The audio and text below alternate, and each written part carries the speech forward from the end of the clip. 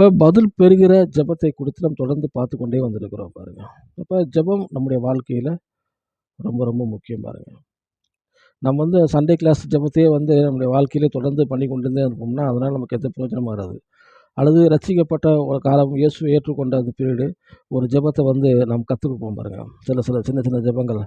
அந்த ஜெபத்த வச்சே நம்ம வாழ்க்கைய ஓட்டிட்டே இருக்க முடியாது பாருங்க. ஏன்னா நம்முடைய வாழ்க்கையிலே ஆவிக்குரிய முதிர்ச்சியானது ரொம்ப தேவைப்படுது. அப்ப ஒரு ஜெபிக்கிற மனிதன் தேவனிடத்திலிருந்து பதில் பெற்றுக் கொண்டவர்களா இருக்க வேண்டும். வெறும் ஜெபங்கிறது ஒன் வே மாரி இங்கேருந்தே அங்க போயிட்டே இருக்காம, அங்கேருந்து நமக்கு தேடி வரணும் பாருங்க. அதுதான் நம்முடைய வாழ்க்கையில ரொம்ப ரொம்ப முக்கியம். அப்ப ஜெபம் ஏதோ தேவனிடத்தில நம்ம ஒரு ஒரு மளிகை ஜாமான் லிஸ்ட்ட குடுக்குற மாரி கிடையாது பாருங்க. ஒரு பெட்டிஷன மட்டும் குடுக்குற மாரி கிடையாது. ஸ்தோத்திர ஜெபம் இருக்கு, பரிந்து பேசுதல் ஜெபம் இருக்கு, அ பிரேயர் ஆஃப் பெட்டிஷன் இருக்கு. இந்த நாட்டுக்காக ஜெபம் பண்ற காரியங்கள் பல ஜெபத்தில பல வகை இருக்கு பாருங்க. ஆனா எல்லாவற்றிலேயும் ஒரு ஆவிக்குரிய மனிதன் பதிலை பெற்றுக்கொள்கிறவனா இருக்க வேண்டும். 1. 2வது வேத வசனம் நம்முடைய வாழ்க்கையில நிலைச்சு நிற்கணும் பாருங்க. ஏன்னா ஜெபத்துக்கு முன்பாக நாம் எப்படி ஆயத்தப்படுத்த வேண்டும்? ஜெபத்தில என்ன வார்த்தைகள் பயன்படுத்த வேண்டும்? ஜெபத்துக்கு அப்புறம் நாம் எப்படி விசுவாசிக்க வேண்டும்? இவையெல்லாம் தொடர்ந்து நாம் பார்த்து கொண்டு வந்திருக்கோம் பாருங்க. அதனால புதிய ஏற்பாட்டில பல ஜெபங்களை நாம் பார்த்தோம். இன்னைக்கு நம்ம என்ன பார்த்துருக்கோம் அப்படின்னா, போன வாரத்துடைய அந்த ஒரு ஜெபத்த தொடர்ச்சியா பார்க்க பாருங்க. பவுல் தெசலோனிக்கேயர் நிருபத்தில 1 தெசலோனிக்கேயர் 4வது அதிகாரம் 1வது வசனம். நான் வாசிக்கிறேன். அன்றியும் சகோதரரே, நீங்கள் இன்னென்ன பிரகாரமாய் நடக்கவும், தேவனுக்கு பிரியமாய் இருக்க வேண்டும் என்றும், நீங்கள் எங்களால் கேட்டு ஏற்றுக்கொண்டபடியே அதிகமாய் தேறும்படிக்கு கர்த்தராகிய இயேசு கிறிஸ்துவுக்குள் உங்களை வேண்டிக் கொண்டு புத்தி சொல்கிறேன். ஒரு ஒரு ரிக்வெஸ்ட்டு, ஒரு அட்வைஸ் பண்றாரு பாருங்க. ஏற்கனவே தேவனுக்கு எப்படி பிரியமா இருக்கணும்னு பார்த்தோம். எப்படி இயேசு கிறிஸ்து தேவனுக்கு பிரியமா இருந்தாரு. இப்படி ஏனோக்கு எப்படி தேவனுடைய காரியங்கள்ல பிரியமா இருந்தாரு. போன்ற காரியங்களை நாம் பார்த்து கொண்டே இருந்திருக்கோம் பாருங்க. ஆனா, இன்றைக்கு நாம் வாழ்க்கையிலே பார்க்கும் பொழுது, நாம் தேவனை எப்படி பிரியப்படுத்த வேண்டும் என்றத பார்த்தோம் பாருங்க. இன்னைக்கு தேவனுடைய காரியங்கள்ல எப்படி நாம் நிலைச்சு நிற்கணும் என்பது பார்க்குறோம் பாருங்க. தேவனுடைய காரியங்கள் எப்படி நிலைச்சு நிற்க போறோம். வேதம் சொல்லுகிறது பாருங்க. அந்த வசனத்திலே அதிகமாய் தேறும்படிக்குன்னு போட்டிருக்கு. கர்த்தராகிய இயேசு கிறிஸ்துவுக்குள் உங்களை வேண்டிக் கொண்டு புத்தி சொல்கிறேன்றாரு. அப்பன்னா அவர் என்ன சொல்றாரு அப்படின்னு பார்த்துட்டீங்கன்னா, தேவனுடைய காரியங்களை நாம் அதிகமாய் தேற வேண்டும். தேவனுடைய வசனத்தை நாம் வேதத்தை வாசிக்க வேண்டும், வேதத்தை தியானம் பண்ண வேண்டும். அது மட்டும் கிடையாது, நாம் வேத வசனத்தில் நிலைத்து நிற்கணும் பாருங்க. இப்படியாய் நாம் பண்ணும் பொழுது நம்முடைய வாழ்க்கையில அது நம்முடைய ஒரு மிகப்பெரிய ஒரு மாற்றத்தை உண்டாக்குது. வேத வசனத்தை எந்த அளவுக்கு நாம் தியானம் பண்ணுகிறோமோ, எந்த அளவுக்கு வேத வசனத்தை நாம் அறிக்கை பண்ணுகிறோமோ, எந்த அளவுக்கு வேத வசனத்தை நாம் விசுவாசிக்கிறோமோ, எந்த அளவுக்கு வேத வசனத்திலே நாம் நிலைத்து நிற்கிறோமோ, அந்த அளவுக்கு நம்முடைய ஆவிக்குரிய மாற்றம் மிகப்பெரிய ஒரு உண்டாகிறது பாருங்க. அப்ப வேத வசனம் நிலைத்து நிற்கிற காரியங்கள் ரொம்ப ரொம்ப முக்கியம் பாருங்க. வசனத்தில் நிலைத்து நிற்கும் பொழுது நம்முடைய வாழ்க்கையில மிகப்பெரிய மாற்றம் உண்டாகிரும் பாருங்க. எப்படி இந்த வாரம் எப்படி வேத வசனத்தை நிலைத்து நிறுத்தல்? வேத வசனத்தில் நிலைத்து இருக்கும்போது நம்முடைய வாழ்க்கையில எப்படியா மாறுகிறது? எப்படி கிறிஸ்துவுக்குள்ளாய் இருக்க வேண்டும்? எப்படி பவுலுடைய சாட்சி? பவுல் எப்படியா நிலைச்சு நின்னாரு? பவுல் எப்படியா தன்னை மாற்றிக்கொண்டார்? என்ற காரியங்களை இன்னைக்கு பார்க்க போறோம் பாருங்க. விசேஷமா பார்க்கணும்னா அப்போஸ்தலன் யோவான் எழுதின 1 யோவான் 2:14. யோவான் நிருபம் 1 யோவான் 2வது அதிகாரம் 14வது வசனம் பார்த்துக்கோங்க. பிதாக்களே, ஆதி முதல் இருக்கிறவரை நீங்கள் அறிந்திருக்கிறதுனால் உங்களுக்கு எழுதுகிறேன். வாலிபரே, நீங்கள் பலவான்களா இருக்கிறதுனாலும், வேத வசனம் உங்களுக்கு நிலைத்திருக்கிறதுனாலும், நீங்கள் பொல்லாங்கனை ஜெயித்ததுனாலும் உங்களுக்கு எழுதுகிறேன்றார். சொல்றாரு பாருங்க கிளியரா நீங்க உங்கள நான் என்ன பண்றாரு அவரு, நீங்க நிலைச்சு நிற்கிறீங்க. நீங்க என்ன பண்ணுறீங்க, வேத வசனத்தை நிலைச்சு நிற்கிறதுனால நீங்கள் பலவான்களா இருக்கிறீங்க. பலவான்கள்னா இது மாம்ச பலம் கிடையாது பாருங்க. ஆவிக்குரிய பலத்தை பற்றி பேசுறாரு. நீங்க பலவான்களா இருக்கிறீங்க. அது மட்டும் கிடையாது, நீங்க பொல்லாங்கனை ஜெயித்தீர்கள். அப்படின்னா என்ன சொல்றாருன்னா, நீங்கள் பிசாசை ஜெயிக்கிறீங்க. எதை பிசாசு ஜெயிக்கிறோம் அப்படின்னு பார்த்துட்டீங்கன்னா, வேத வசனத்தை எந்த அளவுக்கு நீங்கள் நிதானித்து இருக்கிறீர்களோ, நிலைச்சு நிற்கிறீர்களோ, அந்த அளவுக்கு நீங்கள் என்ன பண்ணுறீங்க, பிசாசை ஜெயித்திருக்கிறார் இருக்கின்றார். எவ்வளோ ஒரு நம்பிக்கையாக வாலிபருக்கு எழுதும்போது ஒரு அருமையான ஒரு கடிதத்தை இப்படி எழுதுறாரு பாருங்க. வாலிபர் மென்ஷன் பண்ணும்போது சொல்றாரு. அப்போ வாலிபராக இருக்கிற விசேஷம் வாலிபராக இருக்கிறவர்கள் வேத வசனத்தை அதிகமாக தியானிக்க வேண்டும். ஏன்னா அந்த இள வயதிலே நம் தேவனை நாம் தேடும் பொழுது அது பாருங்க, முதிர் வயது வரைக்கும் நம்மளை விடாது பாருங்க. எத்தனை வயசானாலும் சரிதான், நம்ம ஆரம்ப காலங்களில் எப்படி இருக்கிறோம் அது ரொம்ப ரொம்ப முக்கியம் பாருங்க. அதை விட்டுறக்கூடாது. அதுலேருந்து அப்படியே அடுத்தடுத்த ஸ்டெப் பை ஸ்டெப்பாக வாழ்க்கையில் முன்னேற்றம் உண்டாயிருக்கிறோம் பாருங்க. அதனால் வந்து வேத வசனத்திலே நிலைத்து நிற்கிறது. அதான் சொல்ல பாருங்க, வேத வசனம் உங்கள் நிலைத்து இருக்கிறதுனாலும் போட்டிருக்கு. வேத வசனத்தை எந்த அளவுக்கு நிலைத்து நிற்கிறீங்களோ அந்த அளவுக்கு உங்களுடைய வாழ்க்கையில் மிகப்பெரிய ஒரு மாற்றம் உண்டாகும் பாருங்க. அதே யோவான் பாருங்க, வெளிப்படுத்துகிற விஷயத்தில் வந்து இப்படியா எழுதுகிறாரு, மரணம் நேடுகிறதா இருந்தாலும் வெளிப்படுத்துகிற விசேஷம் 12வது அதிகாரம் 11வது வசனத்தில் அப்படியே சொல்ல, மரணம் விடுகிறா இருந்தாலும் அதற்கு தப்பும்படி தங்கள் ஜீவனையும் பெறாமல் ஆட்டுக்குட்டியின் இரத்தத்தினாலும் தங்கள் சாட்சியின் வசனத்தினாலும் அவரை ஜெயித்தார்கள். இந்த இடத்துல வந்து சாட்சியின் வசனம் என்று எழுதப்பட்டிருக்கிறது பாருங்க வெளிப்படுத்தல. சாட்சியின் வசனம்னா ஏதோ வசனத்தை தாங்கள் கொடுக்குற சாட்சினால பிசாசு ஜெயிச்சா அப்படின்னு சொல்லி போனதா. வேத வசனத்தை கொண்டு பார்த்தீங்களா, போன அந்த 1 யோவான் 2:16 என்ன வாசிச்சோம் அப்படின்னா, தேவ வசனம் உங்களை நிலைத்திருக்கிறதுனால தான் நீங்கள் பிசாசு ஜெயிச்சிங்கன்னு போட்டிருக்கு. இதே தான் இந்த இடத்துல சொல்லுது. அது பாருங்க, வெளிப்படுத்துகிற விசேஷத்தில் அப்படி அருமையாக சொல்லப்பட்டிருக்குது பாருங்க. நீங்கள் சாட்சியின் வசனம், நம்ம பேசப்படுகிற தேவனுடைய வார்த்தையை கொண்டு பேசுகிறோம். ஆனால் வார்த்தை சும்மா வராது பாருங்கள். வார்த்தை வந்து உள்ளே ஸ்டோர் பண்ணியிருக்கணும். நம்ம இருதயத்தில் இருக்கும் பொழுது தான் என்ன பண்ணுறது, பிசாசு நம்ம எதிர்த்து நிற்கும்போது டக்குன்னு நம்ம ஓடி போய் பைபிள் தேடிட்டு இருக்க முடியாது. நம்ம இருதயத்தில் நம்ம எந்த அளவுக்கு ஸ்டோர் பண்ணுறோம், வசனத்தை எந்த அளவுக்கு தியானம் பண்ணுறோம், வசனத்தை எந்த அளவுக்கு பேசுகிறோம், வசனத்தை எந்தோடு நம்ம அதோடு பழகுகிறோம், அது ரொம்ப ரொம்ப முக்கியம் பாருங்க. இப்படி வசனத்தோடு நாம் தியானம் பண்ணும் பொழுது மாத்திரம்தான் அது வந்து நம்முடைய சாட்சியின் வசனமாய் மாறுகிறது. சொல்கிற இந்த இடத்துல அந்த சாட்சியின் வசனத்தினால பிசாசை ஜெயிச்சிருக்கின்றாரு. அப்போ பவுல் சொல்கிற மாதிரி வேத வசனத்தை நிலைத்திருத்தல் அப்படிங்கிறது என்ன காரியம் அப்படின்னா, வேத வளத்தில் நிலைத்து ரிசல்ட் என்னன்னா, நம்ம பிசாசை ஜெயிக்கிறோம். நம்மள ஒரு வெற்றி உள்ள ஒரு வாழ்க்கை வாழ்ந்து கொண்டிருக்கிறோம் பாருங்க. நம்முடைய பாருங்க, ஒரு தேவ வசனத்தில் நிலைத்து நிற்கும் பொழுது எப்பேற்பட்ட சூழ்நிலைகள் நமக்கு எதிராக வந்தாலும் நாம் எந்த வசனத்தில் நிலைத்து நிற்கிறோமோ அந்த வேத வசனம் நம்மளை காப்பாற்றக்கூடியதாக இருக்கிறது. வேத வசனத்துக்கு அவ்வளோ பெரிய பவர் பாருங்கள். எப்பேற்பட்ட சூழ்நிலையும் தலையீடாக மாற்றக்கூடிய ஒரு வசனம் அது தேவனுடைய வசனம் பாருங்கள். அதனால தான் வேத வசனத்தை நாம் படிக்கிறது மாத்திரம் கிடையாது, தியானம் பண்ணுகிறோம்.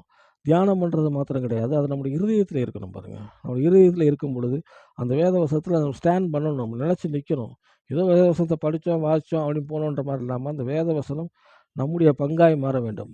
நாம் வேத வசனத்தை நிலத்தில் இருக்கும் பொழுது இது வந்து உங்களுக்கு வெற்றியுள்ள வாழ்க்கையாய் மாறும் பாருங்கள். அதுதான் வந்து பாருங்கள், அவர் பாருங்கள் பவுல் ஒரு இடத்த சொல்கிறாரு, கொரிந்தியருக்கு இப்படி எழுத, கொரிந்தியர் நிருபத்தில் இதே வசனத்தில் எழுதாரு பாருங்கள். நான் வாசிக்கிறேங்க. 1 கொரிந்தியர் 1:4-6 வரைக்கும் வாசிக்கிறேங்க. கிறிஸ்துவை பற்றிய சாட்சி உங்களுக்கு ஸ்திரப்பட்டபடியே நீங்கள் இயேசு கிறிஸ்துவுக்குள்ளாய் எல்லா உபதேசத்திலும் எல்லா அறிவிலும் மற்ற எல்லாவற்றிலும் சம்பூர்ணமாக்கப்பட்டிருப்பதால் அவர் மூலமாக உங்களுக்கு அளிக்கப்பட்ட தேவ கிருபைக்காக உங்களை குறித்து எப்பொழுதும் என் தேவனை ஸ்தோத்திரிக்கிறேன் சொல்கிறாரு. கிறிஸ்துவை பற்ற சாட்சி உங்களுக்கு ஸ்திரப்பட்டபடியே. அப்படின்னா என்ன? கிறிஸ்துவை பற்றிய சாட்சி என்ன? நம்ம ரசிக்கப்பட்ட சாட்சியே கடைசி சொல்லிட்டு போகிறோமா? இல்லை, வேத வசனம் தான். கிறிஸ்துனா தேவனுடைய வார்த்தை, ஜீவ வார்த்தைன்னு அர்த்தம். அந்த வசனம் வந்து நமக்குள்ளே வந்து ஸ்திரப்பட்டபடியே சொல்கிறாரு, நம்முடைய எல்லா உபதேசத்துலேயும் எல்லா அறிவிலும் மற்ற எல்லாவற்றிலையும் சம்பூர்ணமாக இருக்கிறோம். அம்மா வேத வசனம் நமக்கு ஸ்திரப்படும் பொழுது, நமக்கு நிலைத்து இருக்கும் பொழுது, நாம் எல்லா அறிவு உபதேசத்தில் எப்படி இருக்கிறோம்? உங்களுக்கு சம்பூர்ணமடைவர்களாக இருக்கும். அது சொல்கிறாரு பாருங்க. அப்போ வேத வசனம் நம்மளோட வாழ்க்கையில் எவ்வளோ முக்கியம் பாருங்க. வேத வசனத்தை நம்ம தியானம் பண்ண வேத வசனம் நம்முடைய பங்காய மாறும் பொழுது எந்த பிசாசும் சரி இது இல்லை, மற்ற யாருமே நம்மளை ஏமாற்ற முடியாது பாருங்க. ஏன்னா நமக்குள்ளே வந்து ஒரு பெரிய ஒரு வேத வசனத்தை குறித்த ஒரு தெளிவு உண்டாயிரும் பாருங்க. எப்பேற்பட்ட சூழ்நிலைகள் நமக்கு எதிராகி வந்தாலும் அந்த வேத வசனத்தை கொண்டு நாம் வந்து ஜெயிக்கிறலாம் ஆகிடுவோம் பாருங்க. அதான் சொல்ல பார்த்தீங்கன்னா, நம்ம எல்லா உபதேசத்திலும் எல்லா அறிவிலையும் ஆவிக்குரியவன் சகலத்தின் நிதானத்தை அறிகிறான்னு போட்டிருக்கு. நீங்கள் வேத வசனம் தியானம் பண்ண நம்முடைய வாழ்க்கையில் ஒரு மிகப்பெரிய மாற்றம் உண்டாயிரும் பாருங்க. ஒரு கர்த்தரை குறித்த காரியம் குறித்த ஒரு அறிவு இன்னும் அதிகமாக பெருக ஆரம்பிக்கிறோம். அதனால தான் வேத வசனத்தில் நிலைத்து நிற்கணும். வேத வசனத்தை நிலைச்சி நிற்க தான் நம்முடைய வாழ்க்கையில் ஆவிக்குரிய விஷயத்துலையும் சரி, ஃபிசிக்கலான அது ப்ராக்டிக்கலான ஒரு காரியங்களையும் ஒரு பெரிய மாற்றத்திட்டம் பார்க்க முடியும். அப்படி நிலைத்து நிற்கும்போது தான் நாம் வந்து வேத வசனத்துக்கு ஒரு அனுமதி கொடுக்குறோம். என்ன அனுமதி? நம்முடைய வாழ்க்கையில் அந்த வேத வசனம் கிரியை செய்கிற அனுமதி கொடுக்குறோம். எப்படி வந்து உடம்பு செய்ய இருக்கும்போது நம்ம டாக்டரை பார்த்து ப்ரிஸ்கிரிப்ஷனில் மருந்து எழுதி மெடிக்கலில் வாங்கி நம்ம சாப்பிடும் பொழுது அந்த மருந்து நமக்கு உள்ளே போய் எப்படி நம்ம அந்த வியாதியை சரி பண்ணிக்கிறதோ அதே மாதிரி வேத வசனத்தை நான் படிக்கும் பொழுது தியானம் பண்ணும் பொழுது அந்த வசனம் நமக்கு உள்ளே போய் நமக்குள்ளே இருக்கிற அந்த பிரச்சனையை சரி செய்கிறதா இருக்கிறது. முதல்ல நம்மளை மாற்றுகிறதா இருக்கிறது, நம்ம சூழ்நிலையை மாற்றுகிறதா இருக்கிறது. நம்ம எந்த அளவுக்கு ஸ்டாண்ட் பண்ணி நிற்கிறோமோ, இப்போ ஒரு ப்ரிஸ்கிரிப்ஷனில் டாக்டர் மருந்து எழுதி கொடுக்குறாரு, ஆனால் நம்ம எதுவுமே வாங்காமல் சாப்பிடல, சரியாக ப்ராக்டிஸ் பண்ணலை, சரியாக வந்து ரெகுலரைஸ் பண்ணலை அப்படின்னா என்ன ஆகும்? அது வியாதி அங்கேயே அப்படியே தான் இருக்கும். ப்ரிஸ்கிரிப்ஷன் அப்படியே தான் இருக்கும். நம்ம எதுவுமே வாங்க முடியல, மருந்து சாப்பிட முடியலன்னா அது அப்படியே தான் இருக்கும் பாருங்க. அதனால் நம்முடைய வாழ்க்கையில் அந்த அந்த மருந்தை ஒழுங்காக சாப்பிட்டோம் அப்படின்னா அந்த வியாதி போயிடும். அதே மாதிரி தான் வேதவசங்கிறது மருந்தாக இருக்குது பாருங்க. அந்த மருந்து சரியாக உட்கொள்ளும் பொழுது, சரியாக அவர் சொன்ன பிரகாரம் அந்த டிஸ்கஷன் பிரகாரம் உட்கொள்ளும் பொழுது அது நம்முடைய பிரச்சனையில மாற்றுகிறதா இருக்கிறது. அதே மாதிரி தான் வேதவசனம். அதனால தான் சொல்கிறாரு, வேதவசத்தை நிலைத்து நிற்கணும். வேதவசத்தை படிக்கிறது ஓகே தான், தியானம் பண்ணுறது ஓகே தான், அறிக்கை பண்ணுறது ஓகே தான். அதை காட்டிலும் ரொம்ப ரொம்ப முக்கியம், எதை வசனத்தை படித்தோமோ, எதோ வசனத்தை தியானம் பண்ணோமோ, எதோ வசனத்தை நம்ம அறிக்கை பண்ணோமோ, அதே மாதிரி நம்ம வேத வசனத்தில் அதே இடத்துல நம்ம ஸ்டாண்ட் பையாக நிலச்சி நிற்கணும். நிலச்சி நிற்கும் பொழுது மாத்திரம்தான் அந்த வசனமானது நமக்கு வந்து வேலை செய்கிறதா இருக்கிறது பாருங்க. அதனால் நம்ம வேத வசனத்தை நிலச்சி நிற்கிறது வந்து ஒரு சாதாரண ஒரு ஈஸியாக எடுத்துகிட்டு போக முடியாது. வேத வசனத்தை படிக்கிறதுனால நிலச்சி நிற்போம் அப்படின்னா முடியாது பாருங்க. அது மட்டும் எங்கே நிலச்சி நிற்கணும் அப்படின்னு பார்த்துட்டிங்கன்னா, அந்த 1 தெசலோனிக்கேயர் 4:1 எப்படியா சொல்கிறாரு, கர்த்தராகிய இயேசு கிறிஸ்துவுக்குள்ள உங்களை வேண்டிக் கொள்கிறேன்றாரு. அதிகமாக தேரும்படி இயேசு கிறிஸ்துவுக்குள்ள உங்களை வந்து கிறிஸ்துவுக்குள் நல்லா பாட்டு விடுங்க. கிறிஸ்துவை வைத்துன்னு சொல்லலை, இது கிறிஸ்துவ மூலமான்னு சொல்லலை, கிறிஸ்துவுக்குள்ன்ற வார்த்தை வந்து ரொம்ப ரொம்ப முக்கியம் பாருங்க. நீங்கள் எபேசியர் அதிகாரத்தில் வாசி பார்த்தீங்கன்னா, அவருக்குள் கிறிஸ்துவுக்குள்ன்ற வார்த்தை வந்து பார்த்தீங்கன்னா கிட்டத்தட்ட நூற்றுக்கணக்கான வார்த்தை வரும். ஏன்னா கிறிஸ்துவுக்குள்னா என்ன? நம்ம வந்து அந்தகார ஒளியிலிருந்து ரட்சிக்கப்பட்டு அந்தகார இருளிலிருந்து ரட்சிக்கப்பட்டு ஆச்சரியமான ஒளிக்கு வந்து வர்றோம் பாருங்க. ஆச்சரியமான ஒளிக்கு வந்தோம்னா நம்ம வாழ்க்கை தலைகீழாக மாறி போச்சு. நேற்று இருந்த ஆள் நாளைக்கு நாள் கிடையாது. மாம்ச பிரகாரம் அதே ஆள் தான். ஆனால் ஆவிக்குரிய சூழ்நிலையில் நம்ம வாழ்க்கையில் மாறிடுது பாருங்க. இப்போ நான் இப்போ சபையில் ரட்சிக்கப்பட்டிருக்கிறேன், எனக்கு என்ன ஒரு மாற்றங்கள் வேணும் அப்படின்னு பார்த்தா, என்னுடைய நான் யார், நான் என்னவா இருக்கிறேன் அப்படிங்கிறத சொல்கிறது தான் கிறிஸ்துவுக்குள். இன்னொரு வகையில் சொன்னோம்னா, என்னுடைய அட்ரஸ் என்ன, நான் எப்படியா இருக்கிறேன், நான் எப்படி இந்த கிறிஸ்துவ ஜீவியத்தை வாழ்கிறேன், என்னுடைய ப்ராம்ப்டான ஒரு அட்ரஸ் என்ன அப்படின்னு காமிக்கிறது தான் கிறிஸ்துவுக்குள்ன்ற வார்த்தை பாருங்கள். அந்த வார்த்தையை நான் வாசிக்கிறேன் பாருங்கள். 2 கொரிந்தியரில் பாருங்கள், 2 கொரிந்தியர் 5:16-17 வாசிக்கிறேன் பாருங்கள். ஆகையால் இது முதற்கண்டு நாங்கள் ஒருவனையும் மாம்சத்தின்படி அறியும். நான் சொல்கிறேன் பார்த்தீங்கன்னா, நீங்கள் ரட்சிக்கப்பட்டீங்க, இனி மாம்சத்தின்படி உங்களை பழைய பாவியாக நாங்கள் பார்க்கல அப்படின்றாரு. நாங்கள் கிறிஸ்துவையும் மாம்சத்தின்படி அறிந்தாலும் இனி ஒருபோதும் ஒரு மாம்சத்தின்படி அறியும். இப்படி இருக்க ஒருவன் கிறிஸ்துவுக்குள் இருந்தால் புது சிருஷ்டியாக இருக்கிறான், பழையவில் ஒளிந்து போயினா எல்லாம் புதிதாகிறான். சொல்கிறது பார்த்தீங்களா, ஒருத்தர் கிறிஸ்துவோடு இருந்தாலும் சொல்லலை, கிறிஸ்துவர் மூலமாக வாழ்ந்தான்னு சொல்லலை, கிறிஸ்துவுக்குள் இருந்தால். கிறிஸ்துவுக்குள் அப்படின்ற வார்த்தை என்ன வருதுன்னா, நாம் தேவனுக்குள் நிலைத்து நிற்கிற ஒரு வாழ்க்கை பாருங்கள். ஒருவன் கிறிஸ்துவுக்குள்ளே இருந்தால்னா எப்பேற்பட்டால்னா புது சிருஷ்டி. பழைய வாழ்க்கை அல்ல, பழைய பாவம் கிடையாது, இல்லை பழைய சிந்தனை கிடையாது. இப்போ அவனுடைய எண்ணங்கள் மாற்றம், அவருடைய வாழ்க்கை மாற்றம் உண்டாகிறது. ஏன்னா இப்போ வந்து ஒரு கிறிஸ்துவுக்குள்ளே வந்து அந்த வேதவசனம் இருக்கிறது. என்னுடைய பழைய அட்ரஸை தூக்கி போட்டாச்சு, இப்போ என்னோடய புது அட்ரஸ்ஸு. அது அட்ரஸ் என்னன்னா கிறிஸ்துவுக்குள்ன்ற அட்ரஸ் பாருங்கள். இப்போ நான் புது சிருஷ்டியாக இருக்கிறேன், நான் பழைய மனிதன் அல்ல, புது மனிதனாக இருக்கிறேன் பாருங்கள். ஏன் அந்த மாதிரி சூழலை வந்தது அப்படின்னா, நான் வேதவசனத்தை தியானம் பண்ணுறேன், வேதவசனத்தை நிலைத்து நிற்கிறேன் பாருங்கள். இப்போ என்னுடைய ஒரு ஒரு பர்மனெண்ட் அட்ரஸ் என் வாழ்க்கையில் கிடைக்கிறது. அந்த அட்ரஸ் எங்கே இருக்குது அப்படின்னா கிறிஸ்துவுக்குள்ளே இருக்கிறது. அப்போ நான் கிறிஸ்துவுக்குள் நீதிமானாக இருக்கிறேன், கிறிஸ்துவுக்குள்ளே பசுத்தவானாக இருக்கிறேன், கிறிஸ்துவுக்குள் பாவம் செய்யாதவனாக இருக்கிறேன் பாருங்கள், கிறிஸ்துவுக்குள் தைரியமானாக இருக்கிறேன், கிறிஸ்துவுக்குள் பலவானாக இருக்கிறேன். எப்படி அவர் சொல்கிறாரு பாருங்கள், கிறிஸ்துவுக்குள்ளே வந்து அவர் பார்க்குறாரு யோவான். அதனால சொல்கிறாரு, நீங்கள் வாலிபரை நீங்கள் பலவான்களாக இருக்கிறதுனாலன்றாரு. இப்போ நம்ம மாம்சத்தின்படி அவர் பார்க்கல, ஒரு பலமுள்ள ஒரு ஆள் நம்ம. பலவீனன் எவனும் தன்னை பலவான் என்று சொல்வானாகன்றார். அப்போ கிறிஸ்துவுக்குள்ளே வந்து ஒரு மனிதன் இருக்கான், ஒரு ஆவிக்குரிய மனிதன். அந்த மனிதன் யாருன்னா அது நம்ம தான். நம்முடைய ஆவிக்குரிய வாழ்க்கை தான் அந்த மனிதன் பாருங்கள். புது சிருஷ்டியாக இருக்கிறோம் அப்படின்னா வெளியில் மாம்சம் அதே ஆள் தான், அதே கண், அதே மூக்கு தான், அதே சரீர ஒரு அடையாளம் தான். ஆனால் நான் இப்போ கிறிஸ்துவுக்குள்ளே இருக்கும்போது என்னுடைய எண்ணங்கள் எல்லாமே மாறுபடுது பாருங்கள். அப்போ நாம் கிறிஸ்துவுக்குள் இருக்கிறதுக்கு காரணம்னா வேதவசனத்தை நிலைத்து நிற்கணும் பாருங்கள். வேதவசனத்தை ஒருத்தர் வர்றாரு, பின்மாறி போயிடுறாரு, இப்படியே ஒரு சூழ்நிலை நடந்தால் கிறிஸ்துவுக்குள் இருக்காருன்னு சொல்ல முடியாது. ஆனால் யார் ஒருவர் இயேசுவை ஏற்றுக்கொண்ட நாள் முதல் வேதவசனத்தை படித்து தியானம் பண்ணி ஜெபம் பண்ணி சரியான ஒரு ஆவிக்குரிய வாழ்க்கை வாழ்ந்து அந்த வேதவசனத்தை நிலைத்து நிற்கிறாரோ அந்த மனிதன் கிறிஸ்துவுக்குள்ளாய் இருக்கிற மனுஷன் பாருங்கள். அந்த மனிதன் புதிய சிருஷ்டியாக இருக்கிறான். அவனோட வாழ்க்கையில் பழைய தோல்வி, பழைய பாவம், பழைய காரியங்கள், அவர் பின்னோக்கி இருக்கிற காரியங்கள் எல்லாம் ஒழிஞ்சு போயிடுச்சு. இப்போ எல்லாம் புதிதாகினா இப்போ ஒரு நியூ வேர்ல்டில் இருக்கார், ஒரு புதிய ஆவிக்குரிய உலகத்தில் இருக்கிறார். அது ஒரு புதிய அட்ரஸ் கொடுக்கப்படுற அட்ரஸ் தான் இயேசு, அந்த கிறிஸ்து. அது சொல்ல அதுக்கு இடத்துல தோல்வியே கிடையாது பாருங்கள். 2 கொரிந்தியர் 2:14 இப்படியா சொல்கிறாரு, கிறிஸ்துவுக்குள், நல்லா நோட் பண்ணிக்கோங்க, கிறிஸ்துவுக்குள் எப்பொழுதும் எங்களை வெற்றி சிறக்க பண்ணி எல்லா இடங்களிலும் எங்களை கொண்டு அவரை அறிகிற அறிவின் வாசனையை வெளிப்படுத்துகிற தேவனுக்கு ஸ்தோத்திரம். இந்த இடத்துலையும் பார்த்தீங்கன்னா கிறிஸ்துவுக்குள் வெற்றி எங்கே இருக்குது, நாங்கள் எங்கே வெற்றியாலும் நான் பார்க்குறேன்னா நான் கிறிஸ்துவுக்குள்ளே பார்க்குறேன். வெளியில் ஒருவேளை தோல்வியாக தெரியலாம், ஆனால் நான் கிறிஸ்துவுக்குள்ளே ஒரு வெற்றி சிறக்க பண்ணுகிறது தேவன் தான், என்னுடைய தேவன் தான்.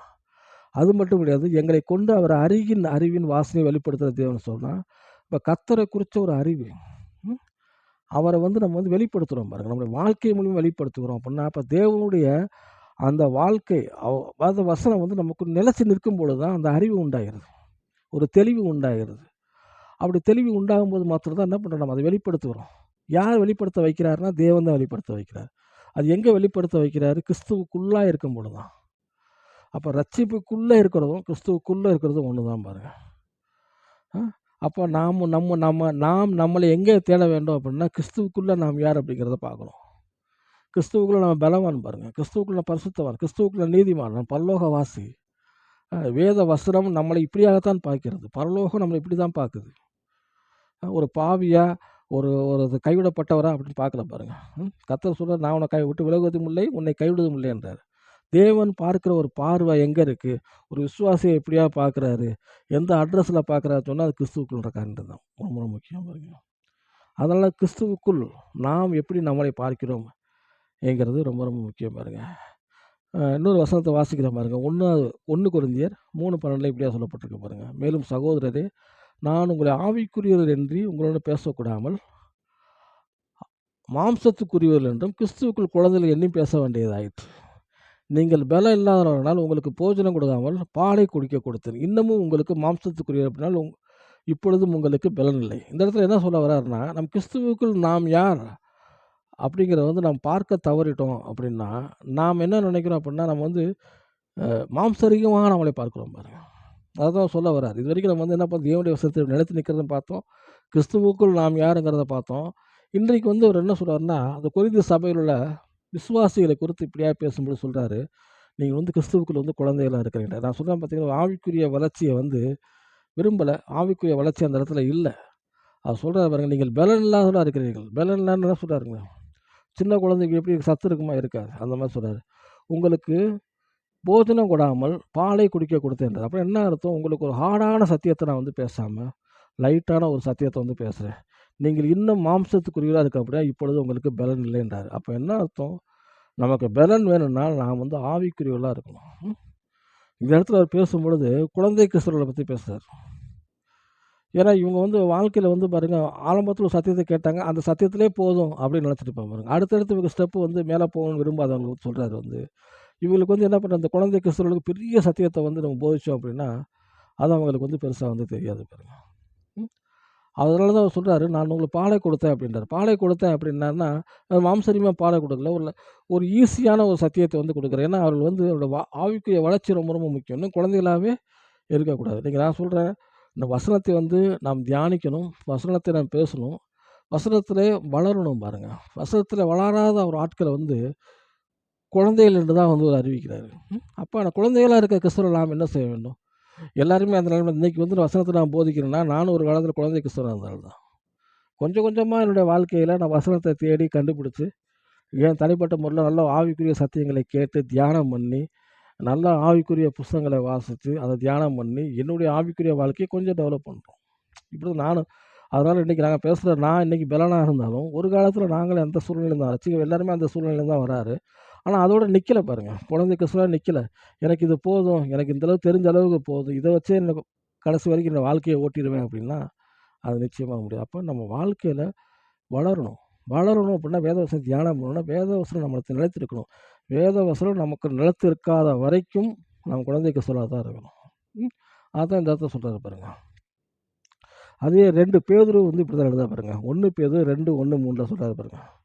இப்படி இருக்கிற கர்த்தர் தயவு உள்ளவர் என்பதை நீங்கள் ருசித்து பார்த்ததுண்டானால் சகல துர்க்குணத்தையும் சகலவித கபரையும் வஞ்சகங்களையும் பொறாமைகளையும் சகலவித புறங்குவதும் ஒழித்துவிட்டு நீங்கள் வளரும்படி புதிதாய் பிறந்த குழந்தைகளை போல திருவசனமாகிய களங்கம் இல்லாத ஞானப்பாலின் மேல் வாஞ்சியாக இருக்கின்றார். அந்த இடத்துல சொல்கிறார் பவுல், ஒரு கிறிஸ்துவுக்குள்ள இருந்தாலும் புது சிருஷ்டியாக இருக்கின்றார். இந்த இடத்துல பேதுரு என்ன சொல்கிறார், ஒரே வார்த்தை, நீங்கள் புதிதாய் பிறந்த குழந்தையை போல எப்படி வந்து குழந்தைக்கு வந்து பால் ரொம்ப முக்கியம்.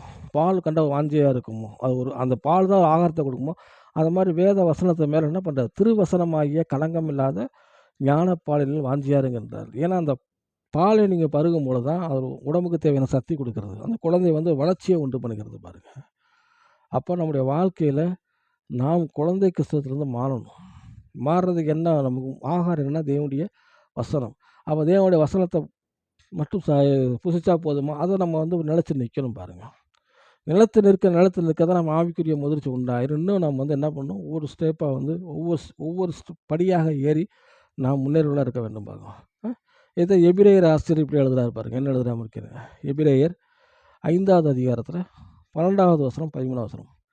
காலத்தை பார்த்தால் போதகரா இருக்க வேண்டிய உங்களுக்கு தேவனுடைய வாக்கியங்களின் மூல உபதேசங்களை மறுபடியும் உபதேச வேண்டியதா இருக்கிறது. நீங்கள் பலகமான ஆகாரத்தை அல்ல, பாலை உண்ணத்தக்கவர்களானீர்கள். பால் உள்ளவன் குழந்தைகளா இருக்கிறபடியினாலே நீதியின் வசனத்தை பழக்கமில்லாதவனா இருக்கிறான். எல்லாரும் சொல்றாரு பாருங்க.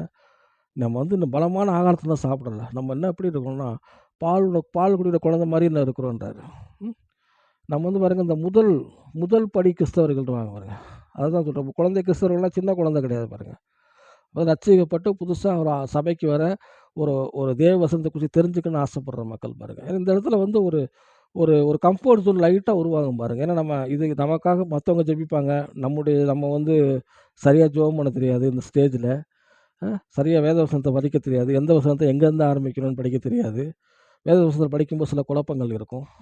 ஏன்னா இது வந்து ஆரம்ப அந்த குழந்தை கிறிஸ்துவன்றது வந்து அந்த ஃபர்ஸ்ட்டு ஸ்டேஜ் பாருங்க. அந்த ஸ்டேஜ்ல வந்து அததான் அவர் வந்து பவுல் இப்படியா சொல்றாரு வந்து, "நீங்க வந்து பலனுள்ளா இருக்கிறீங்க.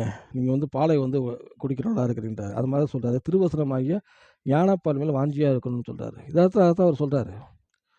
அ நம்ம வந்து பால் குடிக்கிற குழந்தையா இருக்கிற நீதி வசனத்த பழக்கம் இல்லாதவனா இருக்கிறோம். நம்ம வந்து வேத வசனத்தை பழக்கப்படுத்துறதா இருக்க வேண்டும் பாருங்க. நீங்க அதே ஸ்டேஜ்லயே இருக்கக்கூடாது. இன்னொரு படி மேல ஏறணும். கிறிஸ்துவுக்குள் வந்து வேத வசனத்தில் நிலைத்து நிற்கிறவர்களாய் மாற வேண்டும்.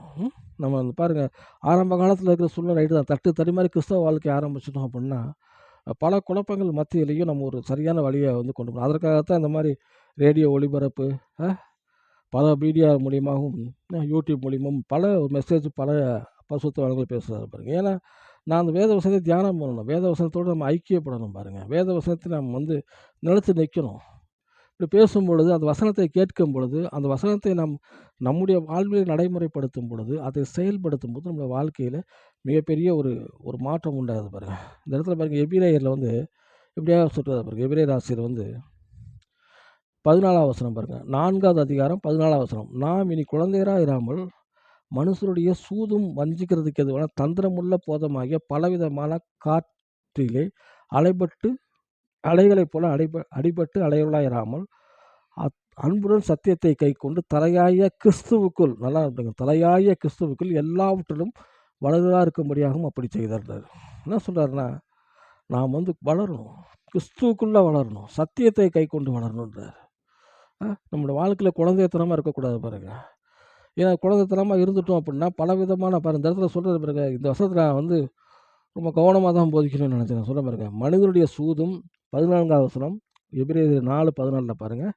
மனிதனுடைய சூதும் வஞ்சிக்கிறதுக்கு எதுவான தந்திரமுள்ள போதகமாகிய பலவித காற்று அடைபட்டு அலைகிறாராமல். அப்ப என்ன அர்த்தம் அப்படின்னா, இந்த உலகத்துல பலவிதமான போதனைகள் இருக்கு. நம்ம வேத வசனத்தில சரியாக நம்ம கற்றுக்கொள்ளாம போயிட்டோம் அப்படின்னா, அது எப்படி ஆகி போயிடும்னா, நம்மள வந்து இந்த மாரி பிரச்சனைக்குள்ள சிக்க வச்சுரும்.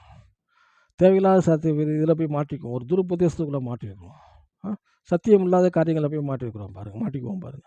இப்ப வேத வசனத்தை கைக்கொள்ளணும். வேத வசனத்தை கைக்கொண்டு, வேத வசனத்தை படித்து, தியானம் பண்ணி, அது நிலைத்திருக்கும்போது மாத்திரம் தான், இந்த சூழ்நிலை வந்து மாறும் பாருங்க.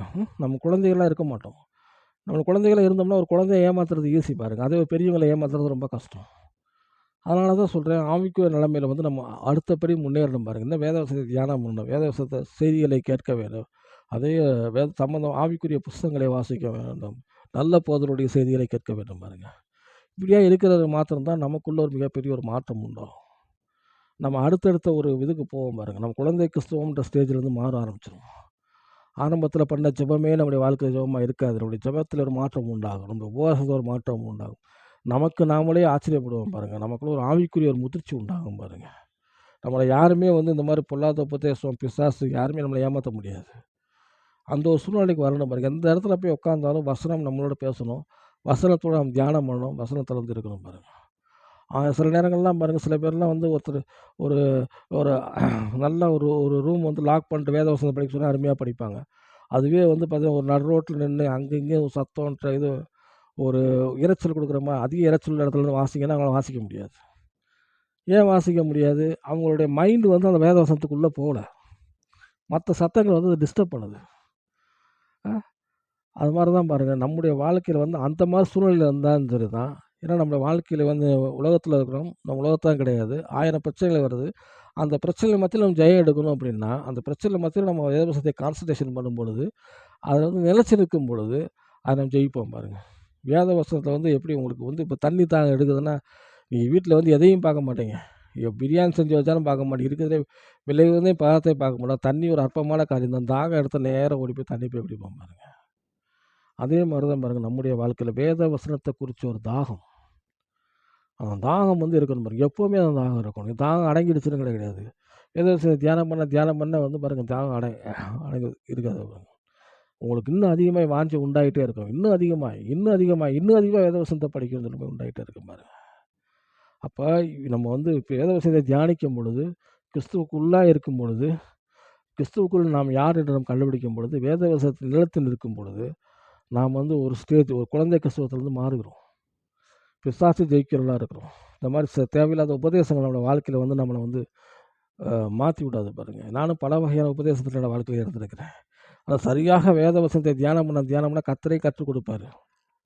கிறிஸ்துவுக்குள் நாம் யாருங்கிறத வந்து கற்றுக் கொடுப்பாரு பாருங்கள். அப்போ நம்முடைய வாழ்க்கையில் வந்து நாம் வேத வசனத்துக்கு முக்கியத்துவம் கொடுக்கலாக இருக்க வேண்டும். ஜெபத்தில் வேத வசனத்தில் யூஸ் பண்ண வேணும் பாருங்கள். அப்படிப்பட்ட ஜெபம் தான் பதில் தெளிவாக இருக்காது பாருங்கள். கடைசியில் பாருங்கள், பவுல் தன்னை குறித்தே சொல்கிறாரு பாருங்கள். 1 கொரிந்தியர் 13:9-12 வாசிக்கிறோம். நம்முடைய அறிவு குறைவுள்ளது, நாம் தீர்க்க தரிசனம் சொல்லுதலும் குறைவுள்ளது, நிறைவானது வரும்பொழுது குறைவானது ஒளிந்து போகும். 11 வசனம் தான் ரொம்ப முக்கியம். 1 கொரிந்தியர் 13:11 வாசிக்கிறோம் பாருங்கள். நான் குழந்தையாக இருந்தபோது குழந்தையைப் போல் பேசினேன், குழந்தையைப் போல் சிந்தித்தேன், குழந்தையைப் போல் யோசித்தேன். நான் புருஷனான போதோ குழந்தை கேட்டவளை ஒழித்து விட்டேன். இப்பொழுதும் கண்ணாடியில் நெல்லோட்டமாய் பார்க்கிறோம், அப்பொழுது முகமுகமாய் பார்ப்போம். இப்பொழுது நான் குறைந்த அறிவுள்ளவன், அப்பொழுது நான் அறியப்பட்டிருக்கப்படியே அறிந்து கொள்வேன். இந்த இடத்துல எப்படி சொல்கிறாரு பார்த்தீங்களா? அவருடைய தனிப்பட்ட வாழ்க்கையை சொல்கிறாரு. இந்த வாழ்க்கையில் 2 ஸ்டேஜ் இருந்துச்சு. ஒன்று குழந்தை பருவம், இன்னொன்று புருஷன் பருவம். ஒரு ஆண் பருவம் பார்த்து குழந்தையாக இருக்கும்போது நான் பேசலாம் ரைட்டாக பட்டுச்சு. அதே வந்து புருஷனாக இருக்கும் பொழுது பெரிய ஒரு ஆணாக மாறும் பொழுது அது வந்து பாருங்கள், குழந்தைக்கேற்ற பழக்கம்னு சொல்லிட்டு இப்போ அதெல்லாம் ஒழித்து விட்டேன் பாருங்கள். அதை கண்டினியூஸ் பண்ணலை. இப்போ நான் வந்து ஒரு பூரண புருஷன் மாதிரி நான் வந்து இருக்கிறேன் பாருங்கள். சொல்கிறாரு, அப்பொழுது கண்ணாடி நெல்லோட்டமாக நான் பார்க்குறேன். இப்போ கிறிஸ்துவுக்குள்ளே வந்து என்ன பண்ணுறாரு, நான் நெல்லோட்டமாக பார்க்குறேன். நான் என் வாழ்க்கையில் ஒரு நாள் வரும்பொழுது அப்போ என்ன பண்ணுறேன், தேவனை முகமாக பார்க்குறேன். இப்போ என்னோடய அறிவு குறைந்த அறிவு தான். ஆனால் நான் எப்படி அறிந்து கொள்வேன் அப்படின்னா, தேவனை குறித்து அவர் அறியப்பட்டிருக்கப்படியே, கிறிஸ்துவுக்குள்ளே தேவன் யார், கிறிஸ்துவுக்குள் நான் யார் என்பதை நான் அறியப்பட்டிருக்கப்படியே தேவனை அறிந்து கொள்வேன். பவுல் இப்படியே சொல்கிறார், தன்னுடைய வாழ்க்கையை குறித்து சொல்கிறார். இது நம்முடைய வாழ்க்கையில் இப்படி தான் இருக்கும் பாருங்கள். இன்றைக்கி நம்ம பண்ணுறதெல்லாம் கரெக்டாக இருக்கும். ஒரு 5 வருஷம் கழிச்சு இன்றைக்கி என்ன நினச்சி தியானம் பண்ண, ஐயோ நிறைய மிஸ்டேக் பண்ணியிருக்கோமே, குழந்தைத்தனமாக நடந்திருக்கோமே அப்படின்னு நினைப்போம் பாருங்கள். இது 5 வருஷம் கழித்து அது இது வந்து நான் அப்போ இருக்கிறது மெச்சூரிட்டியாக தெரியும். இப்போ நம்முடைய வாழ்க்கையில் வேதவசனத்தை தியானம் பண்ணுறது ரொம்ப ரொம்ப முக்கியம். வேதவசனம் நம்ம வாழ்க்கையில் நிறைஞ்சு நிற்கணும் பாருங்கள். வேதவசனத்தை நிலைச்சு நிற்கணும். கிறிஸ்துவுக்குள் நாம் யாருங்கிறத பார்க்கணும் பாருங்கள். அதுதான் நம்மளை வெற்றி சிறக்க பண்ணிக்கிறது. ஏதோ நான் உங்களுக்கு ஆறுதலாக சொல்கிறதுனால வந்து உங்களை அந்த சமயம் ஒரு கம்ஃபர்ட் பண்ணுறதா இருக்கும். ஆனால் வேதவசனத்தை தியானிக்கணும், தியானம் பண்ண தான் அவங்களோட வாழ்க்கையே மாற்றதாக இருக்குது. அந்த குழந்தை பருவத்திலேருந்து புருஷனுடைய பருவத்துக்கு நீங்கள் போக ஆரம்பிச்சிருவீங்க. பிசாசை பார்த்து பயந்தால் பிசாசை எதிர்க்க ஆரம்பிச்சிருவோம். வியாதியை பார்த்து பயந்தவங்க வியாதியை எதிர்க்க ஆரம்பிச்சிருவோம். ஒரு பொல்லாத எவ்வளோப்பட்ட ஒரு துருபதேசம் வந்தாலும் அதை உங்களால் பகுத்து ஆராய தெரியும். இது கர்த்தருடைய சத்தியம், இது சத்தியம் இல்லைன்னு தெரிய ஆரம்பிச்சிடும் பாருங்கள். அப்போ இது எல்லாத்தையும் கொடுக்கறது என்னென்னா தேவனுடைய வசனம். இந்த தேவனுடைய வசனம் நம்முடைய வாழ்க்கையில் ரொம்ப ரொம்ப முக்கியம். அந்த தேவனுடைய வசனத்தை நாம் நிலைத்து இருக்கும்பொழுது அது நம்முடைய வாழ்க்கையில் மிகப்பெரிய ஒரு மாற்றத்தை உண்டாகிறது. நாம் ஜெபம் பண்ணுவோம். அன்பின் பரலோக பிதாவை நன்றியோடு துதிக்கிறோம் ஆண்டவரே. கர்த்தாவே ஸ்தோத்திரிக்கிறோம் ஆண்டவரே. இந்த வேலைக்காக நன்றியோடு துதிக்கிறோம். தகப்பனே கொடுத்த சத்தியங்களுக்காக உங்களுக்கு நன்றி. கர்த்தாவே நாங்கள் குழந்தைகளாக இராமல் ஆண்டவரே, புதிதாய் பிறந்த குழந்தைகளை போல ஆண்டவரே, கர்த்தாவே எங்கள் பலனுக்காக இன்னும் அதிகமாய் கர்த்தாவே தேவ வசனத்தில் வாஞ்சியாக இருக்க உதவி செய்வீராக. வேத வசனத்தில் நிலத்தில் இருக்க உதவி செய்வீராக. கேட்கிற வசனங்கள் வெறுமையாகி போகாத படிக்க ஆண்டவரே, எங்களுக்கு உதவி செய்கிறபடியாக நமக்கு நன்றி செலுத்துகிறோம் ஆண்டவரே. உங்களுடைய கரத்தில் ஒப்புக் கொடுக்கிறேன். இதை கேட்கிற ஒவ்வொரு விசுவாசியும் வேத வசனத்தில் நிலத்தில் நிற்கிறவர்களாய் கிறிஸ்துவுக்குள்ளாய் தங்களை யார் என்று பார்க்கிறார்கள் மாற்றுவீராக. உங்களுடைய கரத்தில் ஒப்புக் கொடுக்கிறோம்.